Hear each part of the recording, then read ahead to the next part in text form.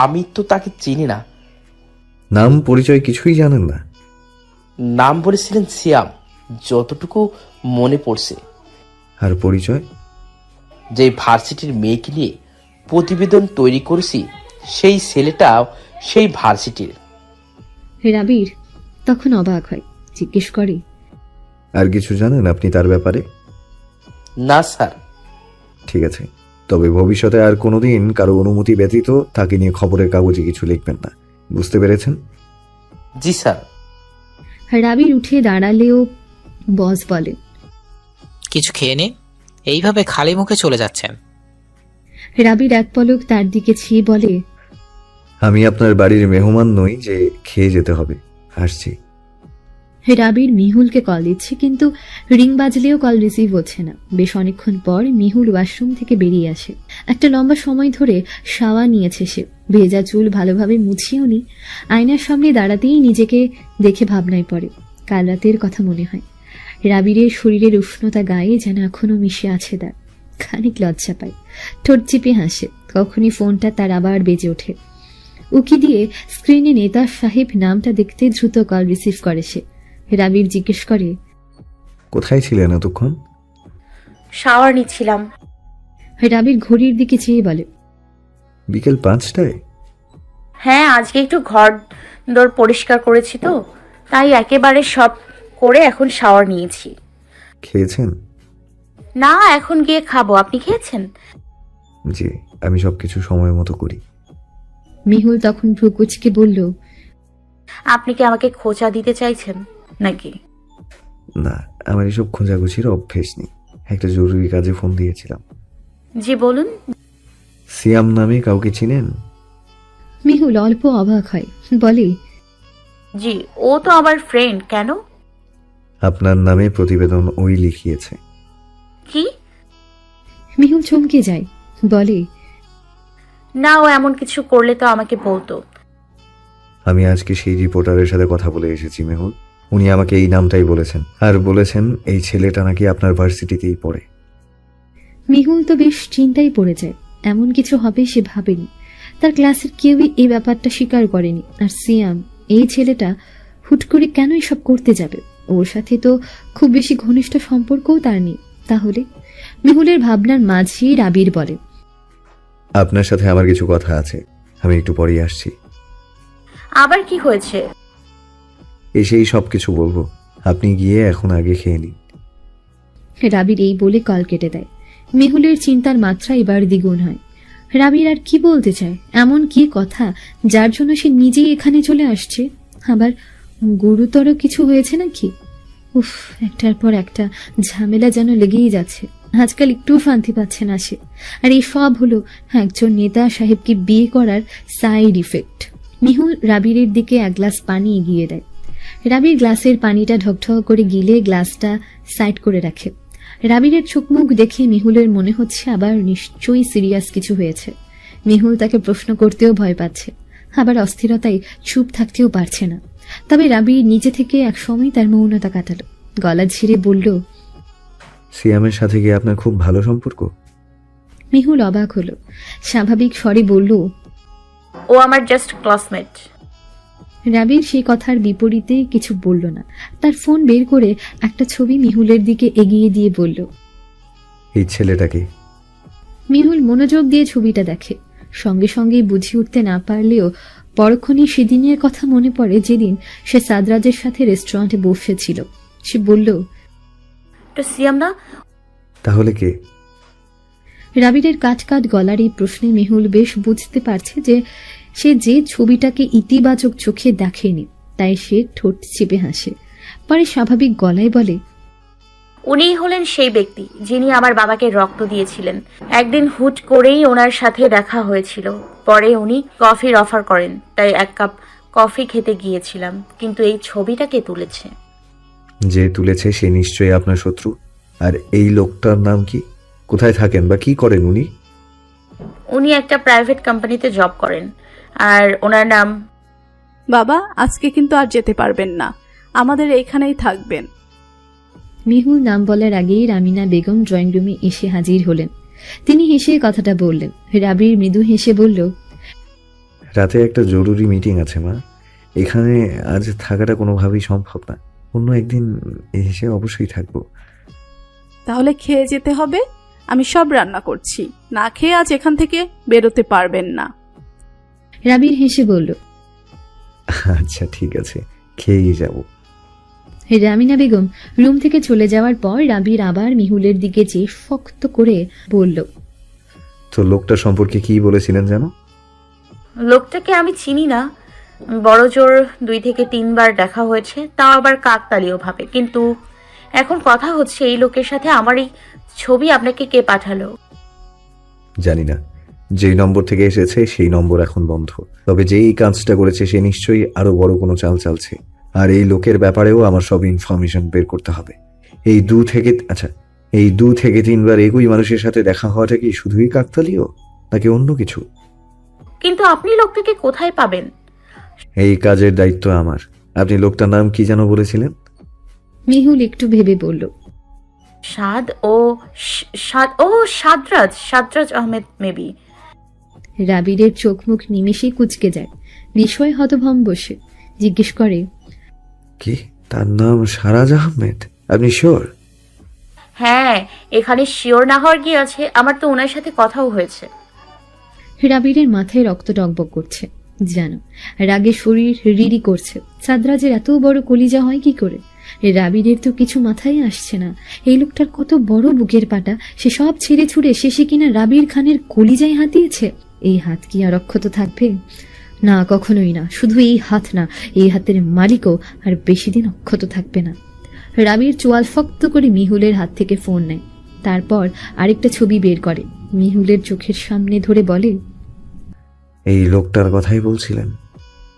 মিহুল চমকে বলে, হ্যাঁ, উনি তো সাদরাজ, কিন্তু ওনার ছবি আপনার কাছে কি করে এলো? রাবির নিজেকে আর কন্ট্রোল করতে পারছে না, যেন ভয়ানক কিছু করে ফেলতে ইচ্ছে করছে তার। সে ঘন ঘন নিঃশ্বাস ফেলে, দুহাত মুষ্টিবদ্ধ করে দাঁতে দাঁত চেপে বলে, এক গ্লাস ঠান্ডা পানি আনো। মিহুল রাবিরের ব্যবহারে ভীত হয়। কি হলো হঠাৎ? এত রেগে গেলেন কেন উনি? মিহুল যাচ্ছে না দেখে রাবির তার দিকে চেয়ে ধমক দিয়ে বলে ওঠে, গো ফাস্ট মেহুল, ঠান্ডা পানি আনুন। মিহুল ধমক খেয়ে এক লাফে উঠে দাঁড়ায়, তারপর দৌড়ে যায় ঠান্ডা পানি আনতে। রাবির এক শ্বাসে পুরো পানি শেষ করে। নিজেকে শান্ত রাখার যথেষ্ট চেষ্টা করছে সে। মাথায় আঙ্গুল চালিয়ে চুল ঠিক করে, পাঞ্জাবির উপরের 2টো বোতাম খুলে দিয়ে একটু আরাম করে বসে। এর মধ্যে প্রচন্ড মাথা ধরেছে তার। সে চোখ বুজে সোফায় হেলান দিয়ে বসে। মিহুল ভয়ে দাঁড়িয়ে আছে, কিছু একটা যে বলবে সে সাহসটুকু নেই তার। রাবিরের এই আচরণ তার বোধগম্য হচ্ছে না। কেন এই রাগ, এই আক্ষেপ, কে জানে। মিহুল দাঁড়িয়ে দাঁড়িয়ে হাঁসফাঁস করছে। রাবির চোখ বোঝা অবস্থাতেই ঠান্ডা গলায় বলল, বসুন। মিহুল ঝোঁক গিলে বসে, তবে অনেকটা দূরত্বে। রাবির জোরে নিঃশ্বাস ফেলে, মিহুলের দিকে চেয়ে বলে, আমার রাজনীতি জীবনের সবচেয়ে বড় শত্রুকে জানেন? এই সাদরাজ আহমেদ, যার কারণে রাজনীতিতে আসার পরে এই 9 বছরের জীবনে আমি একদিনও শান্তি পাইনি, যার কারণে প্রতিনিয়ত আমার জীবন হুমকির মুখে পড়ে, যার কারণে আমি একদিনের জন্য স্বস্তির নিঃশ্বাস ফেলতে পারি না। সেই ভয়ঙ্কর লোকটাই হলো সাদরাজ আহমেদ। আপনার চোখে যিনি ভীষণ দয়ালু, ভীষণ ভালো মানুষ, যিনি আপনার বাবাকে রক্ত দিয়ে সাহায্য করেছেন, তিনি আমার সব থেকে বড় শত্রু। আর এই সব কিছু উনি কেন করছেন জানেন? আমার থেকে শোধ নেয়ার জন্য। আমার কারণে তার অনেক বেইমানি কাজ আটকে গিয়েছে, অনেক বেইমানি সম্পদ হারিয়েছেন, তার ক্ষমতা হারিয়েছে। তাই সে আমার উপর থেকে শোধ নেয়ার জন্য আপনাকে তুরুপের তাস বানিয়েছে। ভেবেছে আপনাকে পুঁজি করে সে সহজেই আমার কাছ থেকে সবকিছু হাসিল করে নিতে পারবে। কিন্তু এই সব করতে গিয়ে সে নিজেরই যে কত বড় বিপদ থেকে এনেছে সেদিকে তার বিন্দুমাত্র খেয়াল নেই। ওকে তো আমি। শেষের কথাটা শেষ না করেই রাবির টি টেবিলের উপর জোরে ঘুষি দিয়ে ওঠে। মিহুল ভয় পায়। রাবির রীতিমতো রাগে কাঁপছে, তার কপাল আর হাতের রগ ফুলে উঠেছে, চোখ লাল হয়ে গিয়েছে। রাবিরের এমন রূপ দেখে মিহুলের ভয়ে কান্না পাচ্ছে যেন। সে তো কিছু জানতো না, সাদরাজকেও সে চিনত না। রাবির যদি তাকেও এখন ভুল বুঝে, যদি তার উপরও সে প্রচন্ড রেগে যায়, তখন মিহুল ভয়ে ভয়ে বলে, আমি সাদরাজ আহমেদকে চিনতাম না, ওনাকে এর আগে কখনো দেখিও নি। আমাকে ভুল বুঝবেন না প্লিজ, আমি ইচ্ছে করে কিছু করিনি, বিশ্বাস করুন। রাবির উঠে বসে, মিহুলের দিকে চেয়ে দীর্ঘশ্বাস ফেলে, নিজেকে শান্ত করে বলে, আমি আপনাকে বিশ্বাস করি মেহুল, আর আমি জানি এই সব কিছু সাদরাজ ইচ্ছে করেই করেছে। আর এই সব কিছুর যে এখন কি ভয়ানক পরিণতি হবে সেটা সে কল্পনাও করতে পারছে না। মেহুলের ভয় একটু কমে। সে রাবিরের কিছুটা কাছে গিয়ে বসে বলে, রেগে গিয়ে কিছু করতে পারবেন না। এই লোকটাকে বুদ্ধি দিয়ে মারতে হবে। আমার মাথায় একটা প্ল্যান আছে। এখন ওনার চাল দিয়েই আপনাদের ওনাকে মারতে হবে। কিভাবে? শুনুন বলছি। না, আমি চাই না আপনি কোনোভাবে ওর সংস্পর্শে থাকুন। ওর ব্যাপারটা আমি দেখে নেব। এসবের মধ্যে এখন আর আমি আপনাকে জড়াতে চাইছি না। মেহুল রাবিরকে বোঝানোর চেষ্টা করছে, কিন্তু রাবিরের এ ব্যাপারটা ভালো লাগছে না। নিজের জন্য বা ওই সাদরাজকে হারানোর জন্য সে মেহুলকে কোনোভাবেই ব্যবহার করতে চায় না। মেহুল বলল, আরে বাবা, আমি ওনার সাথে নিজ থেকে কোনো যোগাযোগ করব না। আমি শুধু দেখব উনি ভবিষ্যতে আর কি কি করেন। এখন তো আমরা সবকিছু জানি, তাই না? ওই লোকটার পরবর্তী চালটা কি এখন আমাদের সেটাই বুঝতে হবে। আর তার জন্য আপাতত আমাদের চুপ থাকতে হবে। আপনি যে ওই লোকটার ব্যাপারে সব জেনে গিয়েছেন সেটা কোনোভাবেই বুঝতে দেওয়া যাবে না। রাবির ভাবছে আদৌ এটা ঠিক হবে কিনা। মেহুলের সাথে সাদরাজের এটুকু কথোপকথনও সে সহ্য করতে পারবে না। সেখানে সাদরাজের সাথে তার এই নরম ব্যবহার সে তো আরো আগেই মেনে নিতে পারছে না। সে অনেকক্ষণ চিন্তা করে বলল, দেখুন, আপনার সাথে যখনই ওর দেখা হবে বা কথা হবে আমাকে সাথে সাথে বলবেন খালেদা। আর আমাকে না জানিয়ে নিজ থেকে আগ বাড়িয়ে কোনো কিছু বলতে বা করতে যাবেন না। সাদরাজ প্রচন্ড চতুর, ওর সাথে আপনি একা পাল্লা দিয়ে পারবেন না মেহুল। একা কোথায়? আপনি আছেন না? হ্যাঁ আছি। 1 মিনিটের জন্য আমি আপনাকে এখন চোখের আড়াল করব না। ভাবছি মাকে বলবো যেন আমাদের বিয়ের প্রোগ্রামটা ঈদের পরপরই করে ফেলেন। মেহুল অবাক হয়ে বলল, ও মা, কেন? আমি তো বলেছি আমার অনার্সের পর। মেহুল দেখুন, আপনি এখানে থাকলে আমার দুশ্চিন্তার ভার বাড়বে। আপনি যদি আমার বাড়িতে থাকেন তাহলে আমি তুলনামূলকভাবে একটু নিশ্চিন্ত হতে পারবো, কারণ সেখানে আমার পরিপূর্ণ সিকিউরিটির ব্যবস্থা আছে। আপনাকে এখানে রেখে আমাকে সারাক্ষণ একটা দুশ্চিন্তায় থাকতে হবে। তাই আপাতত আপনাকে আমার এই সিদ্ধান্ত মেনে নিতেই হবে। আপনাকে ওই বাড়িতে নিতে পারলেই আমার শান্তি। মেহুলের মুখ কালো হয়ে গেল। রাবিরের এই প্রস্তাব তার মোটেও পছন্দ হয়নি। সে তো ভেবেছিল অনার্স শেষ করতে করতে তার গানের কেরিয়ারটাও পাকা করে ফেলবে। তারপর রাবিরের বাড়িতে চলে গেলেও কিছু যায় আসে না। ততদিনে রাবিরও তার মাকে রাজি করিয়ে ফেলতে পারবে। কিন্তু এখন এত তাড়াতাড়ি বিয়ে হয়ে গেলে তো সবকিছু উলট পালট হয়ে যাবে। মেহুলকে উদ্বিগ্ন দেখে রাবির বলল, চিন্তা করবেন না, ওই বাড়িতে গেলেও আপনার পড়াশোনার কোনো ক্ষতি হবে না। আর গানের? মেহুল উৎসুক চোখে চেয়ে আছে রাবিরের দিকে। রাবির কি উত্তর দেবে সেই প্রতীক্ষায়। রাবির চাপা নিঃশ্বাস ফেলে বলে, এই ব্যাপারে মার সাথে আমার এখনো কথা হয়নি। মেহুল মাথা নিচু করে নরম গলায় বলল, আমার এক স্যারের বন্ধু বেশ বড় গায়ক। উনি আবার নতুন সব গায়ক গায়িকাদের নিয়ে কাজ করেন। উনি নাকি স্যারকে আমার ব্যাপারে জিজ্ঞেস করেছেন, অফার করেছেন ওনার স্টুডিওতে গিয়ে গান করার জন্য। স্যার বলেছেন ওনার সাথে কাজ করলে নাকি আমার গানের ক্যারিয়ার এমনিই তৈরি হয়ে যাবে, আমাকে আর বেশি খাটতে হবে না। কিন্তু আমি তো তখন সিদ্ধান্ত নিতে পারিনি। আপনার সাথে কথা না বলে কি করে সিদ্ধান্ত নিব? তাই এখন আপনিই বলুন কি করব। এত বড় একটা সুযোগ হাতছাড়া করে দিব, নাকি একবার চেষ্টা করে দেখব?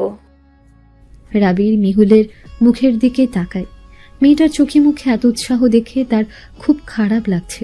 সে মেয়েটাকে কষ্ট দিতে চায় না, আবার মাকেও সে নারাজ করতে পারছে না। সে ম্লান সুরে বলল, মেহুল, আপনি তো দেখছেনই মা গানের কথা শুনলেই রেগে যাচ্ছেন। এই অবস্থায় আমি এখন মাকে গিয়ে এই কথা কি করে বলবো? তার উপর আমার ঝামেলারও শেষ নেই, একটার পর একটা লেগেই যাচ্ছে।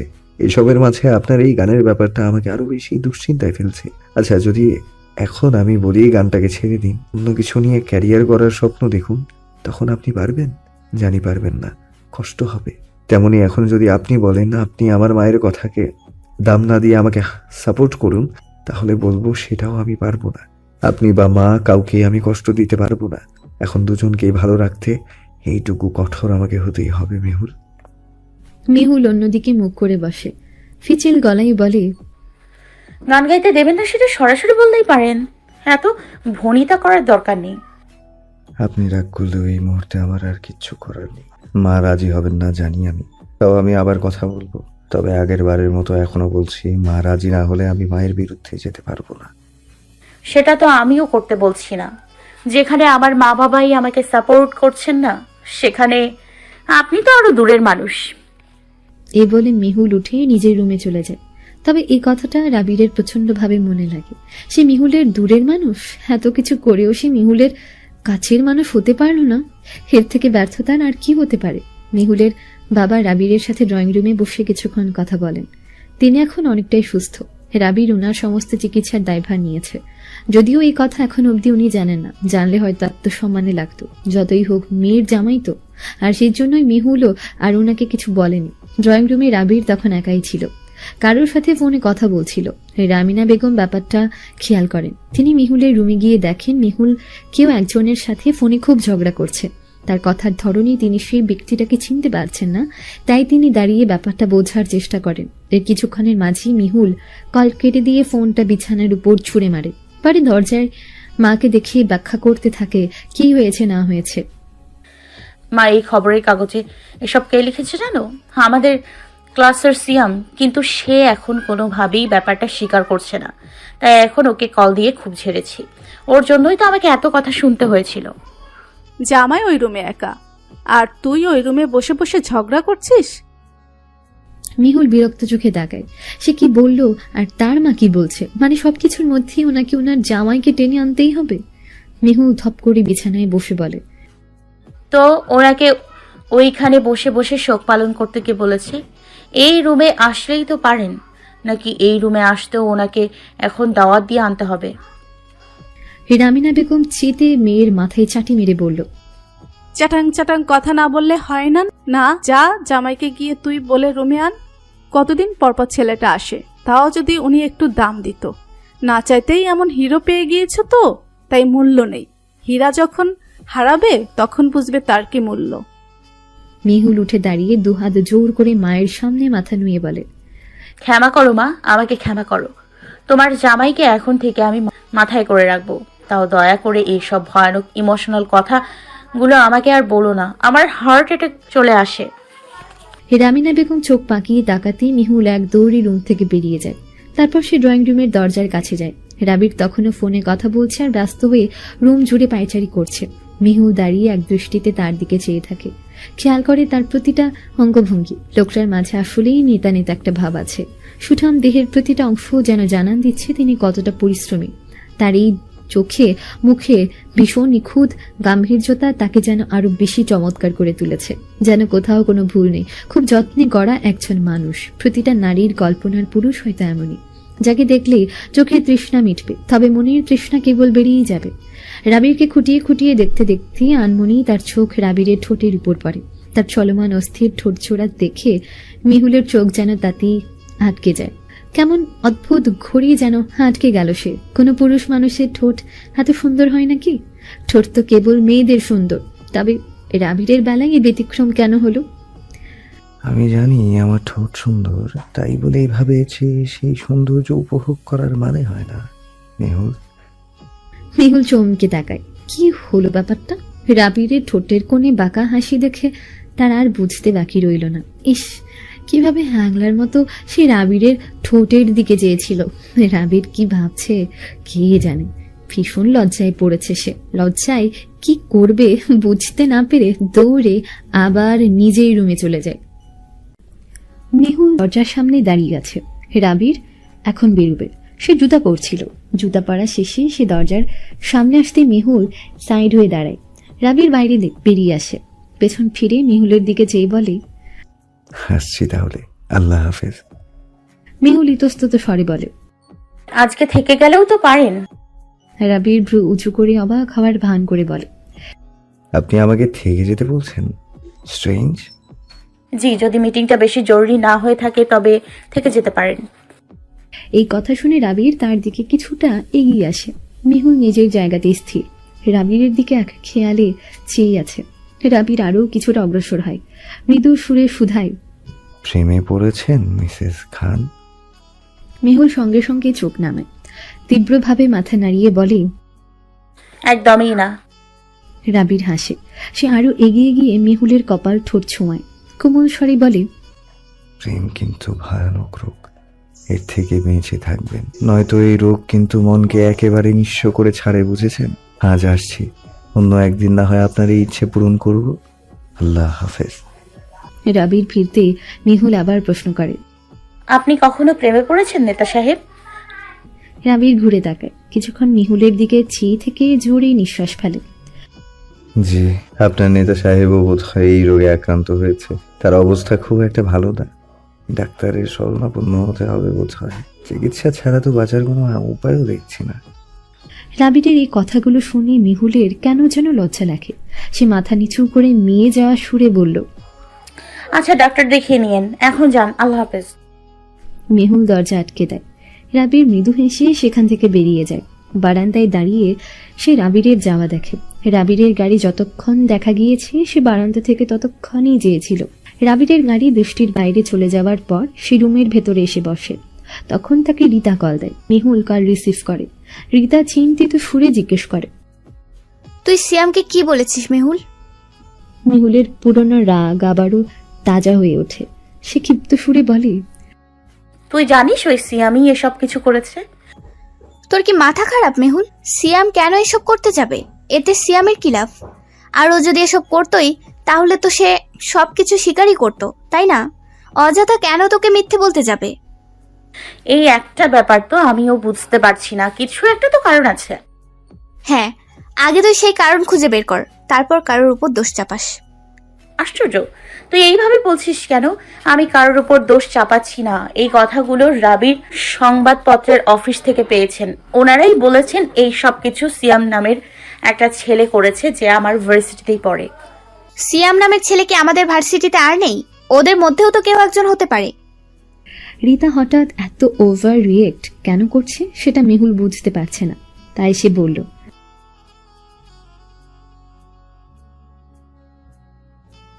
মেহুল কল কেটে দেয়। রিতার এমন ব্যবহার তার মোটেও পছন্দ হয়নি। সাপোর্ট না করুক তাই বলে এভাবে কথা বলবে? সে তো তার বেস্ট ফ্রেন্ড।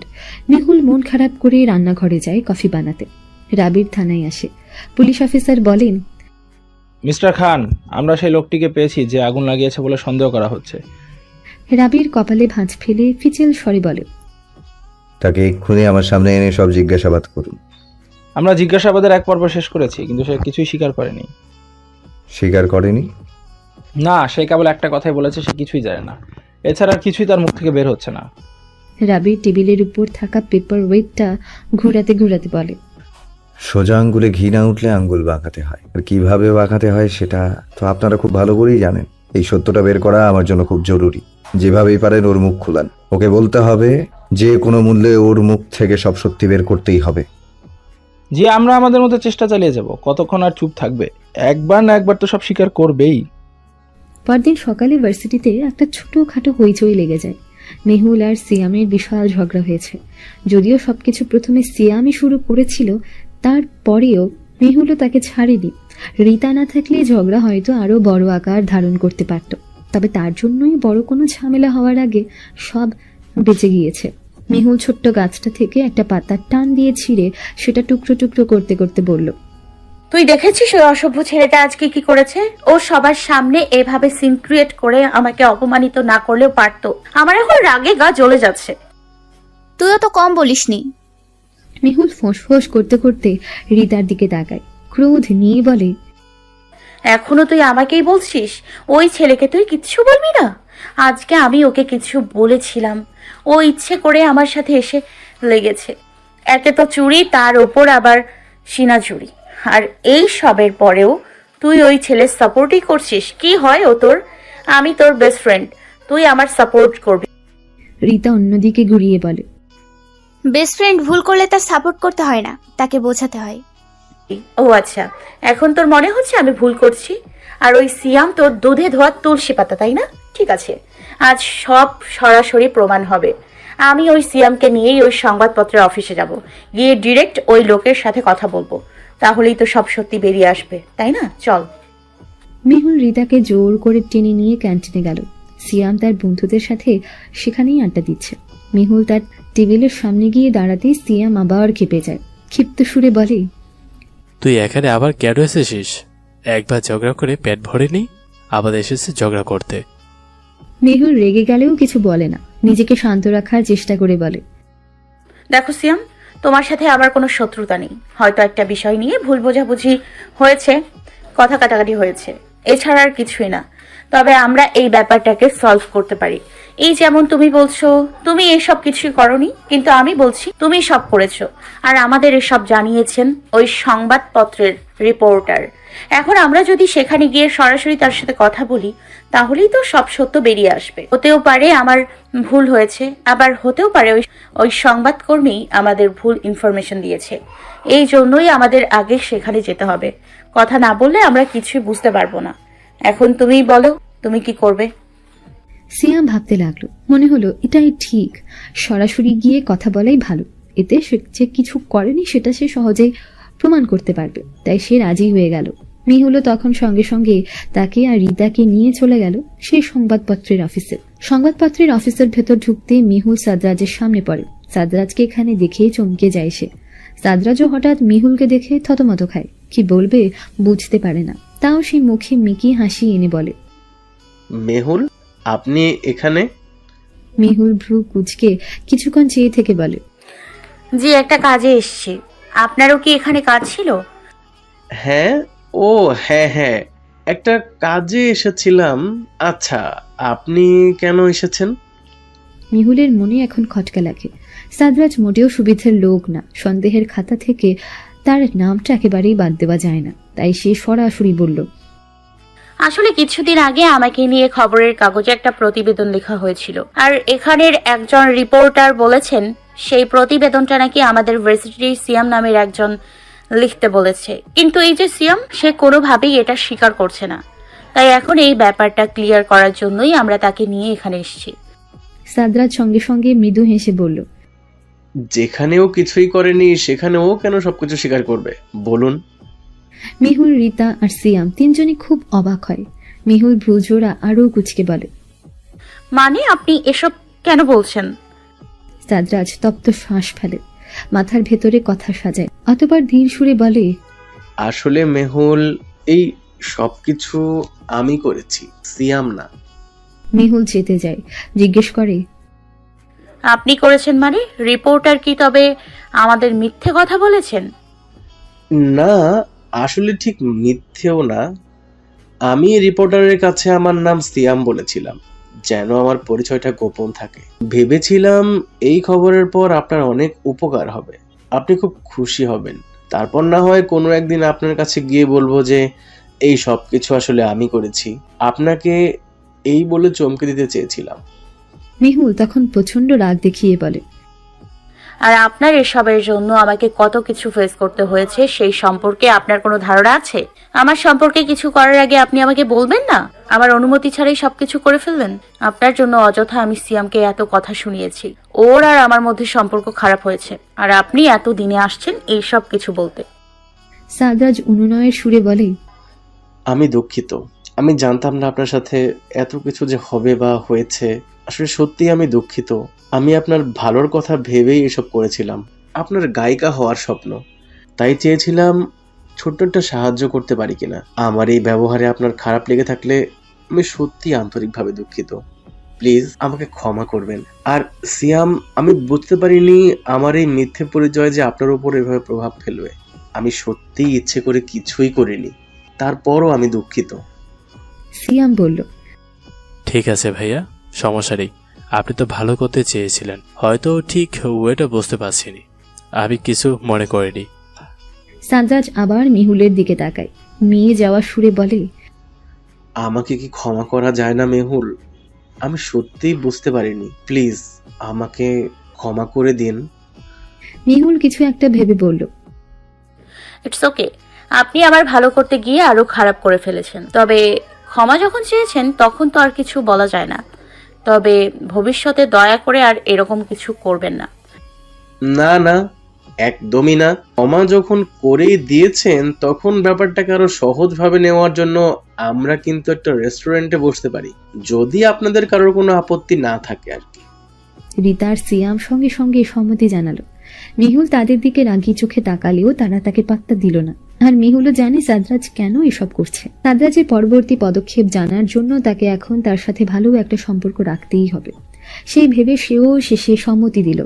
তারপর সবাই গেল একটা কাছের রেস্টুরেন্টে। তবে সেখানে গিয়ে রীতা আর সিয়াম এক টেবিলে বসে পড়ে, আর মেহুল আর সাদরাজকে দিল অন্য এক টেবিলে।